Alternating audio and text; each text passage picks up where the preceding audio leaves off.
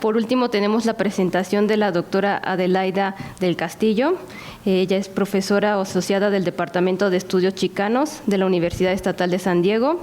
Ha publicado textos sobre el feminismo en el movimiento chicano, el activismo chicana-mexicana, marxista-leninista en Los Ángeles, el significado de sexo-género en la Ciudad de México, las nociones posnacionales en la migración y reflexiones sobre la identidad y el deseo entre chicanos mexicanos del mismo sexo en Estados Unidos. Gracias. Yo voy a dar mi ponencia, disculpen, en inglés. I think it's a real pleasure and honor to be sitting next to Marta Cortera here because when you look at the second wave of Chicana feminism back in the day, we're talking about feminism that took place more than 40 years ago. That's 45 years ago. That was the first wave of Chicana feminism. That was in the 60s, the late 60s, the early 70s. There were 3 nodes of Chicana activism, and one of them was in Los Angeles, headed by Ana Nieto Gomez. The other was in Texas, headed by Marta Cortera. And the third node was in San Diego, headed by women such as Gracia Molina de Pic and Lopez, and I'll think of her name right now. But there was these 3, and then in San Francisco there was another node headed by Dorinda Moreno. So there were many realms of Chicana activism. And it is true that we have not really reflected on what it was that we did back in the day. Many of us are shell-shocked, as I must admit. But others are beginning to do that. Certainly, Mele Blackwell's book, Chicana Power, looks at the Hijas de Cuauhtémoc that was organized by Ana Nieto Gomez back in Long Beach. And she looks at the role of Chicana feminism and its initiation from the perspective of Southern California. You also have Lee Bebop, who wrote the book Mytho-Historical Interventions. His chapter 4, I think, deals with Chicana feminists, and he begins to look at what it was they were doing before the 1980s. We also have a couple of women, such as Dolores Delgado Bernal, who looked at the role of women in the Brown Berets during the Chicano movement. The Brown Berets were a paramilitary group, and there was a section of women who were part of the Brown Berets. One has to ask, what did they do? You can do so much with that, because for one, the uniform was rather fetching, with the black boots and the mini skirts and the long hair. Good-looking women. And then you have Dion Espinosa's work, who also looks at women in the Chicano movement. She's got a piece called Revolutionary Sisters. So there is a generation of up-and-coming scholars who are looking back at the role of Chicano women in the 60s. And I myself, I am in the process of looking at what exactly was it that I was doing in the Chicano movement, because I haven't really thought about it.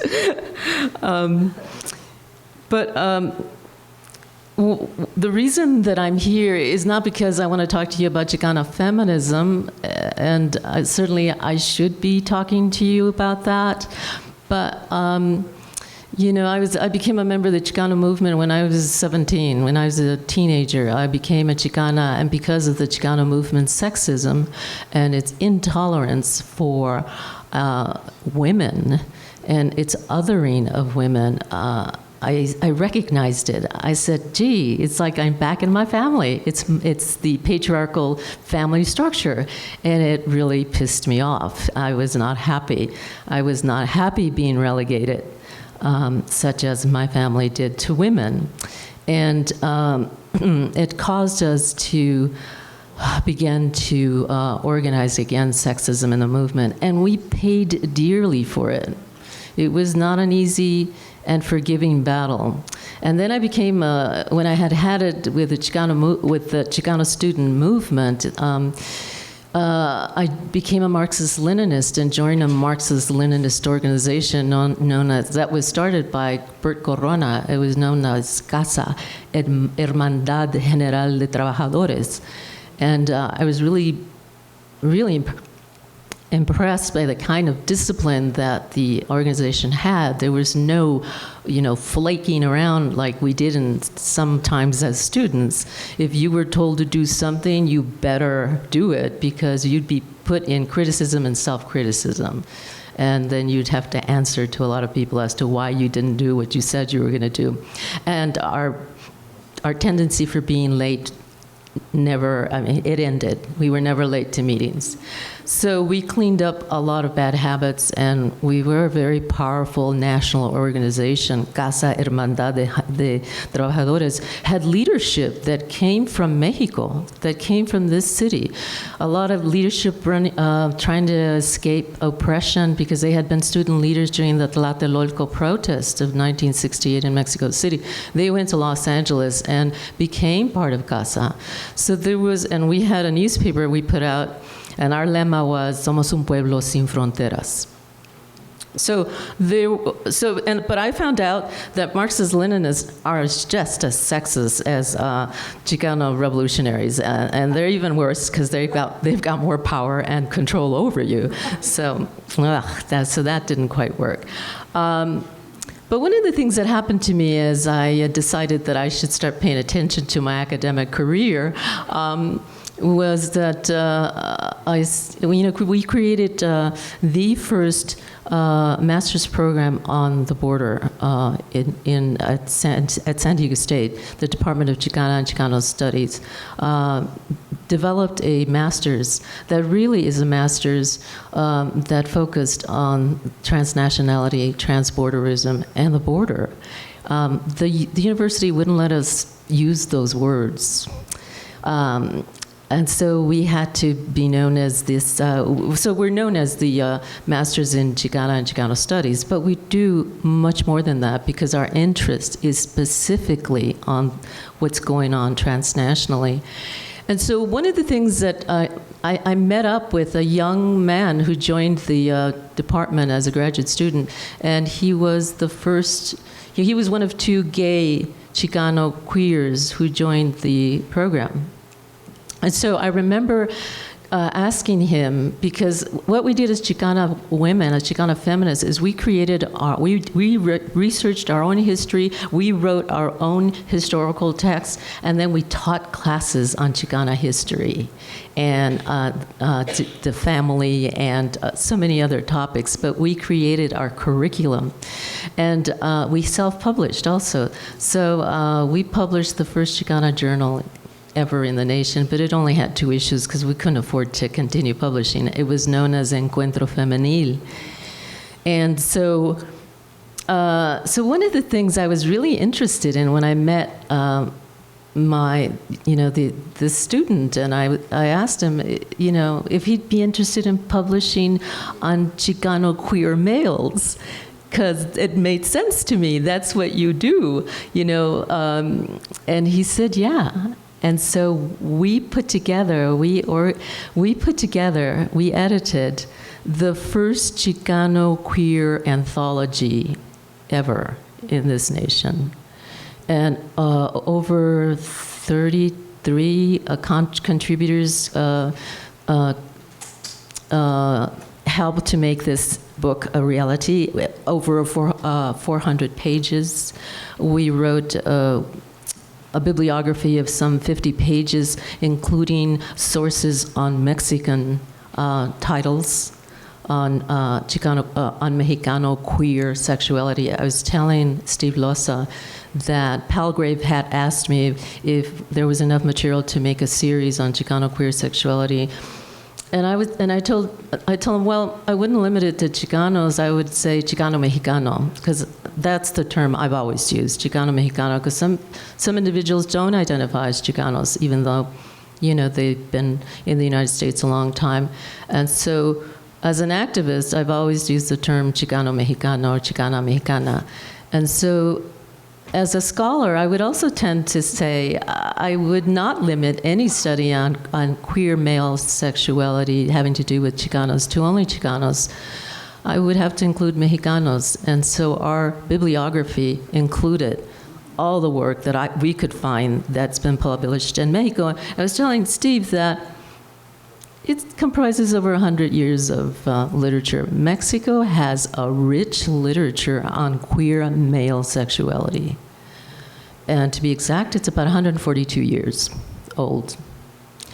And so I was really excited because, if there was anyone who was radically othered, it was queer males in the Chicano movement. And so it just made sense to me that we began to publish in that. And so what I want to do is I want to read something to you that speaks about how I see a queer aesthetics of being in the world. And I want to share that with you. Let me begin with an observation. Not too long ago, I co-edited an anthology on queer Chicano consciousness and coming out, consisting of the work of some 23 contributors. What I found interesting was that almost half of the selections to the anthology alluded to or subscribed to an aesthetics or way of making sense of things that resonated with a kind of spiritual indigeneity. Since the publication of the anthology, I have continued to come across several queer Chicano works that enact the power of the text through the deployment of an epistemology of spirituality that recognizes other ways of knowing which may not be subject to Eurocentric Enlightenment frameworks of cognition and assessment. Many of these works acknowledge a debt of gratitude to the work of the late theorist Gloria Anzaldúa, who envisioned writing as if a shamanic act, with a life force of its own, capable of tapping into altered states of consciousness, the alien other, and rhizomatic registers of difference. Barthes has suggested the power of the text is not representation, but rather the ability of the text to exceed its purpose as the object of fixed, predetermined, or closed practices of meaning. I would say that queer Chicano works succeed when they transcend the text through an adjunctive, life-sustaining force that exceeds the structures of language or common sense reason. Especially since the aesthetics I speak of gesture toward a capacity for precognitive awareness and an openness to radical alterity. I should like to provide an example of what openness to radical alterity implies, or what it might entail by sharing an incident that took place some years ago while I was directing the thesis of a Chicano queer graduate, who I'll refer to as Nagrib for the purpose of this presentation. Nagrib's thesis focused on Chicano queer subjectivity and identification, but as the thesis began to take shape, it soon became clear to me that I was encountering a paradigm shift requiring a different sensibility and awareness concerning the process and nature of the production of knowledge for which I had no methodological precedent. The situation initially left me unsettled, but it also left me curious and open to what was unfolding before me. More specifically, what struck me about Nagrib's work was his framing of Chicano queer sexuality and identification as ontologically expressive of an indigenous spirituality that negotiates or navigates a domain which now ancients believed accessible through the fifth cardinal direction, the center, allowing descent and ascent to upper and lower realms. Regardless, I did ask him to consider documenting his modus operandi as a kind of methodology of despair chapter and cartography of the abyss. I also asked him to consider incorporating Julia Kristeva's writings on objection and the horror, as well as Roland Barthes' work on the object of desire and its loss.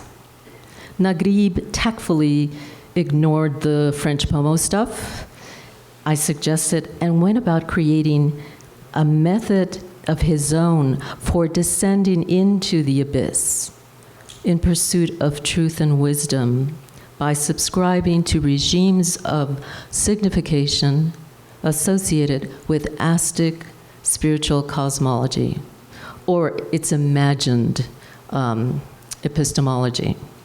He used this process in pursuit of resolution to a period of despair which he was undergoing at the time, but which I was blissfully ignorant of.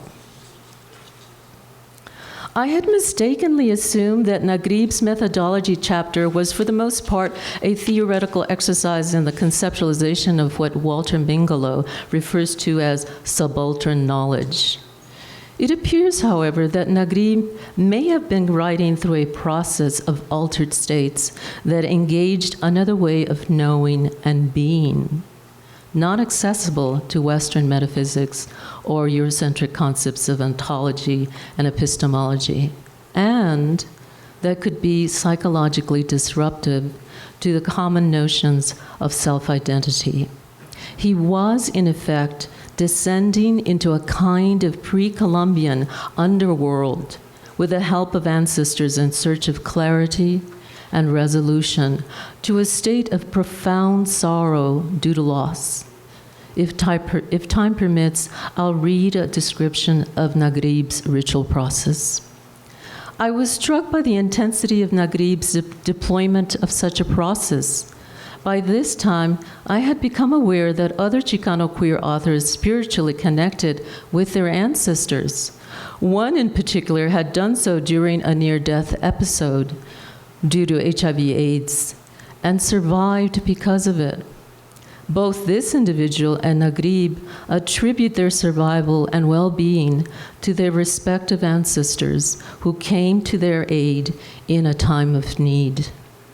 Having said this, I am aware that Chicana and Chicano activists over the past 5 decades have often privileged and or romanticized the indigenous over the Eurocentric, especially as a radical act of cultural identity and in defiance of the Euro-American status quo.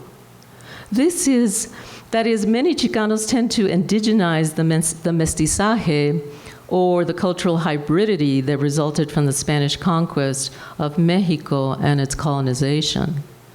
We also see that the influence of danza azteca or grupos mexicanistas was often the outcome of the organizational force and vision of primarily mestizos from large urban areas such as Mexico City and Los Angeles. Grupos mexicanistas, for example, arrived in the United States from Mexico City in the mid-1970s to teach Chicanos ritual, dance, lifestyles, and spiritual practices modeled on the imaginary of Aztec culture and society. Also, by the late 1980s, indigeneity and spirituality were given greater currency through the work of the Chicana lesbian feminist Gloria Anzaldúa. She did so with particular attention to queer Chicanas and Chicanos who, she claimed, were especially well poised for tapping into the unknown through altered states and precognitive seeing and sensing beyond surface phenomena. That is, she gives us to understand that Latino gays, being othered in so many ways, are forced to develop a kind of sixth sense, which alerts them to potentially dangerous cultural and homophobic threats and circumstances. It is clear that Anzaldúa's work on otherness and its faculties has provided Chicano queer authors an experiential and epistemological framework with which to give voice and meaning through their own aesthetic. aesthetic constructs, but it would not provide a regime of practice for the actual engagement of radical alterity, as did Maghrib's do-it-yourself methodology. True, such representations and experiences with domains and personhoods capable of engaging the unknown are not easily accessible to common individuals, but are believed to be accessible to all sentient life forms.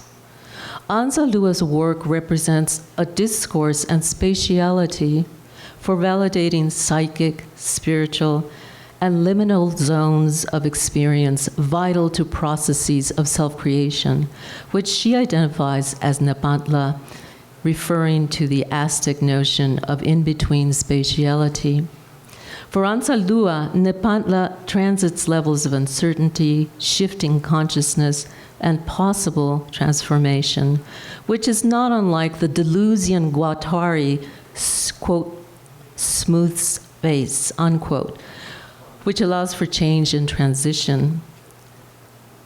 Quote, Anzaldúa says, living in this liminal zone, Anzaldúa explains, means being in a constant state of displacement, an uncomfortable, even alarming feeling.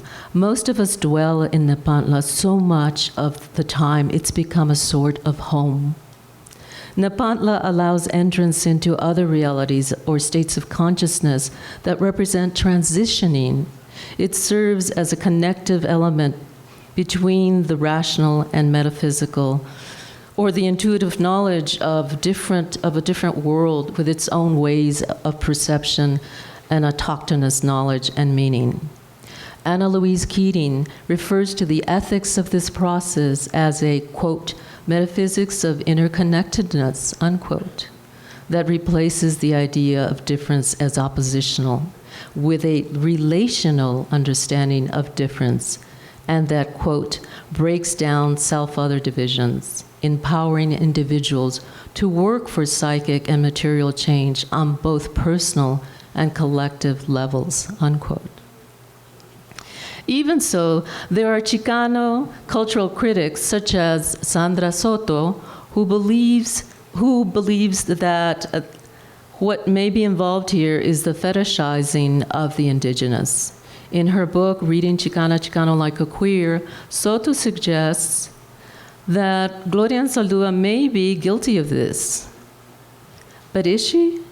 According to the online Oxford Dictionary, the word fetish is French in origin and refers to an early 17th century object used by the peoples of West Africa as an amulet or charm, which the Portuguese then resignified as fiteixo, meaning charm or sorcery.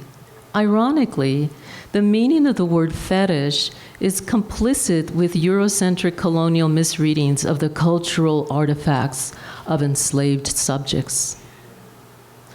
I don't mean to romanticize, but I do want to acknowledge other ways of being that defy three-dimensionality and invite other ethical constructions by at least documenting their narrativization. When, for example, the Oaxacan curandera, or medicine woman, Maria Sabina, descends into the underworld to heal her patients, she describes it as murky, very murky. Having read that, I think back to the descriptive cartographies of the 9 levels of the Aztec underworld as distinctly unique, arduous, and strange. Speaking of which, one of the best descriptions of othered alterity available to cultural studies students is Anzaldúa's own narrative of her ability to see and sense beyond surface phenomena, to grasp the meaning of deeper realities. She writes, I walk into a house and know whether it is empty or occupied. I feel the lingering charge in the air of a recent fight, or lovemaking, or depression. I sense the emotion someone near is emitting, whether friendly or threatening. Hate and fear, the more intense the emotion, the greater my reception of it. I can tell how others feel by the way they smell. I can spot the love or greed or generosity lodged in the tissues of another, unquote. This awareness and sensibility is so strange and so unfamiliar, so alien. How can the uninitiated, the average person, come to understand that such personhood is possible? How does one rethink ethical constructs with attention to the lateral and beyond what Patrick O'Malley calls the bureaucratization of imagination? Where, for example, one might imagine hearing color or seeing sound. Enter the book, 1,000 Plateaus, Capitalism and Schizophrenia by Gilles Deleuze and Félix Guattari. What a surprise to find the integration of the shamanic other in this daringly innovative treatise. In this work, Deleuze and Guattari speak of the vital force energy as well as organic and inorganic processes of influence and becoming, requiring a new regime of signs and language use, which is nearly unintelligible to the novice due to the unusual allusions to such things as smooth or straitiated space, assemblages, the body without organs, lines of light, intensities, traces of intensities, and nomadic thought, among many more other things. Of particular interest to my project is that Deleuze and Guattari revitalized technologies of energy and agency, schematized by others as shamanic knowledge and practices, as well as allow for the conceptualization of ethical sensibilities and transitional states of becoming. Here, concepts of in their unrestrained capacities represent collections of circumstances as vectors for possibilities or acts. So rather than dividuating the world into discrete components by categorizing its muchness into identity and hierarchies of rank, it is an acceptance of the creative force of multiplicities and their future patterns of distribution in an open-ended spatiality not ruled by the laws of science, but perhaps guided by the counterintuitive logic of a kind of quantum physics where a particle can be in several places all at once. Thank you. Muchas gracias, doctora del Castillo. Si les parece bien, vamos directo a la ronda de preguntas. ¿Quién quiere empezar? Yo tengo una nota al calce. Más que una pregunta, es una nota al calce. Hace unos pocos días estuve en un congreso y estábamos hablando de los refugiados de Siria en Europa. Y el único término que funcionó y que sirvió como vehículo, motor para hablar de la situación de esos refugiados era Nepantla, que le sirvió como elemento teórico para tratar de entender lo que era la situación de estos refugiados. ¿Alguien más? Okay. Muchísimas gracias por sus ponencias. Me siento yo muy, con mucha suerte de poder escucharlas a ustedes, precisamente porque pues ustedes sí conforman un poquito de nuestro pasado y un mucho de nuestro presente, porque ustedes ayudaron a crear nuestro presente para nosotras las de la tercera ola feminista. Yo quiero primero, aparte de agradecerles por todo lo que han hecho por las feministas y especialmente, como yo te comentaba hace unas horas, Adelaida, que el ensayo que tú escribiste sobre la Malinche, que fue la primera interpretación feminista, chicana feminista de la Malinche, que realmente era una manera de confrontar a lo que escribía Octavio Paz, fue transformadora para mí. Yo cuando leí ese ensayo, que creo que se publicó en el 77, ¿verdad? Sí, yo sabía que ya estaba mi camino 74, Oh. en encuentro femenil, Ah. pero se hizo popular en En 77. Chicano Studies. Ajá, ya, 77. porque es en Between Borders, que sale en antología, ¿verdad? Entonces, bueno, yo sabía que ya mi camino estaba claro, que yo tenía que seguir esta orden de desconstruir el patriarcado adentro de Chicano, Mexicano, de la familia y del movimiento, ¿no? Pero yo tenía una pregunta para Marta, porque creo que tú haces una crítica muy buena de que el feminismo de la tercera onda realmente, aparte de estar picándole a ustedes, no estamos haciendo mucho más que sea avance de donde ustedes llegaron. Realmente es la teoría y la lucha de las lesbianas y de los queer que está cambiando cantidad al feminismo y al movimiento y a Chicano Studies en general. Pero una de las cosas que yo te quería preguntar, porque tú dices, ¿qué han hecho ustedes en estas 2 décadas? Es precisamente lo que comentaba Adelaida, que después de tanto activismo, ella tenía que enfocarse en su carrera académica, que sabemos que la academia es un monstruo que nos chupa el tiempo y nos chupa la energía y nos ponen en cualquier comité y en cualquier cosa para poder sacar todo lo que pueden de lo que traemos nosotros, ¿no? Creo que sí, creo que nosotras estamos ahora en ese momento de lidiar con una academia que está cambiando muchísimo, porque la estamos cambiando, pero que todavía, porque no somos bastantes todavía, nos come por dentro, y hay algunas de nosotras que nos enfermamos porque esa lucha es tan difícil. Entonces quería ver si querías comentar sobre eso. Yo lo único que quisiera ver, y todavía trabajo mucho con la universidad, en que en otras áreas de, por ejemplo, educación, hemos logrado con el Colegio de Educación sacar a estudiantes de allí,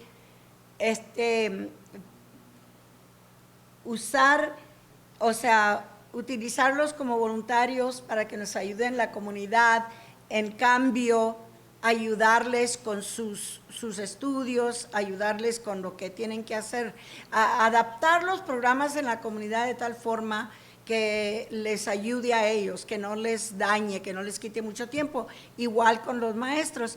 Y yo quisiera que las personas que dan clases de Chicano Studies, de Chicana Studies, que nos ayudaran haciendo lo mismo, que nos prestaran estudiantes para hacer esa documentación en la comunidad, para hacer entrevistas, porque hay mucho trabajo que hacer y muy poco tiempo y dinero, pero sí podemos ayudar en eso.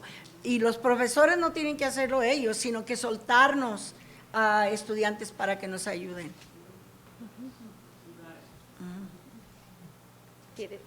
Doctora del Castillo, ¿quiere comentar? ¿No? Was that a question for me? Yeah, sure, you have any ideas? Sí, sí, sí. The question being how, I'm sorry, can you repeat it? Just a comment, really, about just what it means to work in the academy. What do you do? How do you do it? Radical Chicana feminists. And especially nowadays, when we don't seem to be making a whole lot more progress than you all have to. What is your Well, I think the academy is going through some really serious changes. It's becoming a business. And so it's no longer, I'm not sure that the goals that it used to have traditionally, such as educating and enabling our students to become critical thinkers and possessors of knowledge, I'm not sure that that's the goal anymore. I think that the academy is quantifying. It counts how many people sit in classes because it means money. It refers to our students as clients.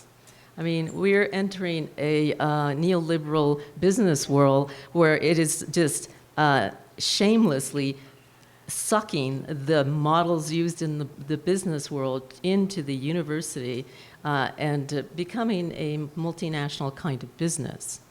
And so that has created a lot of problems, especially for smaller departments, Chicana Chicano studies and ethnic studies and women's studies, because they're asking for you to bring in the numbers. And they have forgotten about, you know, I teach for the California State University system, and their Senate came to a conclusion and unanimously agreed that ethnic studies is valuable to the university, that its mission, its role, its knowledge base is a valued resources for our students. They unanimously recognize this. But if you go to our specific campuses, it's not acknowledged. So we're in a very different and difficult situation right now in the academy, because I'm not sure that we'll be able to call it an academy. But I still think that if they're thinking economics and bringing people in, that strong community partnerships are the way to maximize what the students have to do, what the community has to do, and to encourage more people to enroll, you know, in the university. Unfortunately, at UT, we weren't able to convince the people that were designing the department to put in a community studies department that could tie into the law school and to the Institute of Public Affairs, which would have been, I think you need to look at what they're doing, and you need to kind of like get beyond that, get ahead, a step ahead of them. And that's what we're trying to do in Austin by using the colleges that will work with us. Por acá hay una pregunta más. Sí, es un comentario y una pregunta. El primer comentario es para la doctora Sánchez. Te quería agradecer que hablas del indocumentado como una persona que no tiene voz, es voiceless en Estados Unidos, y es muy cierto. Desgraciadamente, hay millones de personas que son indocumentadas en Estados Unidos y que no tienen voz, que no existen, ¿no? Más que monetariamente tal vez para Estados Unidos. Y me parece muy interesante que también el comentario que hiciste, que cómo podemos ayudar a que estas voces sean escuchadas, pues siento que abriendo espacios como este para personas que son marginadas, también tanto las personas que son sexualmente marginadas. Siento que en la academia, especialmente las personas trans, género, transexuales, no hay muchas voces aún que siento que deben de ser escuchadas. Y mi comentario, mi pregunta es tanto para Marta Cotera y para Adelaida. No sé quién quiera contestar o si las dos quieren contestar, pero se menciona a Cherry Moraga, se menciona a Gloria Saldúat. En sí yo siento que hubo cierta, o bueno, la pregunta, que si sienten que hubo cierta resistencia en el movimiento chicano hacia lo que es Queer Aztlán, y que si también el trabajo de Jaime Cortés, Ricardo Abreu Bracho, Pato Hebert, si los conocen, de qué manera impactaron el movimiento, y si en realidad se ha hecho un avance en el movimiento chicano, porque siento que todavía, por ejemplo, en NAX, en Mecha, aún siento que no hay ese 100% de aceptación hacia lo que es Queer Aztlán. ¿Quién quiere?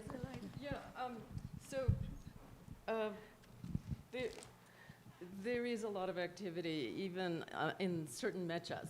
It is true. It's taken a while. There was never any mention of a queer Aztlán. When the metaphorical nation of Aztlán was constructed by Alurista, the poet, women and queers and others were not really a part of that. It was an envisioned liberatory vision that had serious limitations. So it's ironic that the Chicano movement was a movement struggling for the liberation of a people and yet oppressed half its population. So that's one of the problems that has to be analyzed and talked about more, I think, when we begin to look at that second wave of feminism and why they did this, why women got involved. I think that there are the mecha at certain universities, the mechas and the achas, there's Chicana feminist organizations, are fairly forward-looking about having and speaking to queer issues. Certainly, we have an organization on campus that is acha and mecha, and queer members join acha. And so there's a fluidity there. But I would say that we have a long way to go, and that includes departments of Chicana and Chicano studies. We need to hire queer scholars. We need to hire scholars who address these issues, just as we needed to hire Chicano women in departments of Chicano studies, just like we needed once upon a time to hire Chicano scholars. So we need to really put out a call for this. And so we have a long way to go in this. But, you know, I know that in Knox, there has been a movement by Chicano queer males to sort of address their issues. And I think, 2 years ago, they formed AJAS. So now there's an association of queer Chicano scholars and activists known as AJAS. So that's a step forward, and they had a wonderful conference not too long ago where they're doing work that's important. And so there is, I tend to be a recidivist optimist. I'm just, you know, the world could be falling apart, and I still believe in I'm just such a positive. So I tend to want to believe that we are changing, but it's glacially slow. You know, and we need to do more. And we need to train more scholars doing Chicano queer theory. And we need to train our undergraduates who are members of our department in queer theory. So in my school, when I teach, I always include a text, no matter what my course is, it always has a text written by a queer Chicano individual. So my students will all learn queer theory, no matter what. And yes, I have problems with evangelical children who tell me that they cannot open the book that we've just published because, you know, they can't read this stuff. And I tell them that it's not, I tell them this is a civil rights issue. You don't have a choice. This is a civil rights issue. Sí. Este tema está un poco fuera del feminismo, pero acerca de tu pregunta o de tu comentario, Alejandra, sí creo que, como por ejemplo los Dreamers, ¿verdad?, han encontrado manera de interrumpir el discurso y de presentarse, y como creo en la presentación de Cristina también, hay gente que mete y que ocupa un lugar en el discurso. Pero creo que en la mayoría, los Dreamers yo creo que es un caso especial para mí.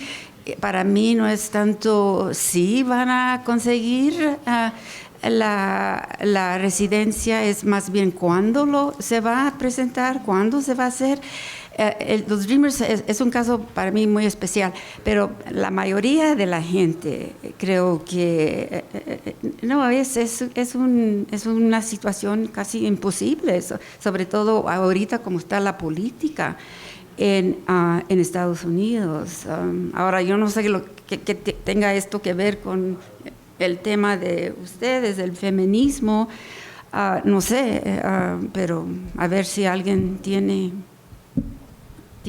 algún comentario. Pues a mí me gusta mucho que dentro de la comunidad en Austin, de los Dreamers, por ejemplo, hay mucho apoyo hay una organización que se llama De Colores, y hay mucho apoyo y trabajan muy bien con los Dreamers y con la comunidad de inmigrados.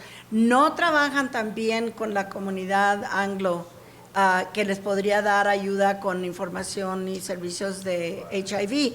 Y la razón por cual las mujeres optamos por hacer muchas organizaciones diferentes, aparte de Raza Unida y aparte el movimiento, fue precisamente por eso, porque con mujeres indigenistas podíamos incorporar y porque tenían doble vida, o sea, todas las mujeres que eran lesbianas, gays, como Juan Ochoa o Pérez, Cintia Pérez, por ejemplo, participaban en el movimiento, pero en donde estaban a gusto era en nuestras organizaciones, en las organizaciones de mujeres, estaban más a gusto, porque allí sí se trataba de liberación.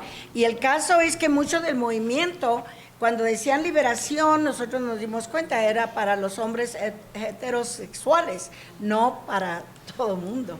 Y eso fue el problema y por eso hicimos tantos núcleos separados. Ahora, de los departamentos depende que la comunidad apoye. Nosotros preguntamos constantemente y hasta ahorita no nos responden que de todas las personas que están ocupando en UT, por ejemplo, ¿cuántas de esas personas se identifican como gay? No nos han respondido. Y tratan de tener a la comunidad. La comunidad puede ser un brazo fuerte para usar organizaciones que ayuden a los departamentos. I just wanted to say that the organization is Association of Joteria Arts Activism and Scholarship. It's AJAS, and it was established in 2012. That's when they had their first conference, and this year they had their second conference.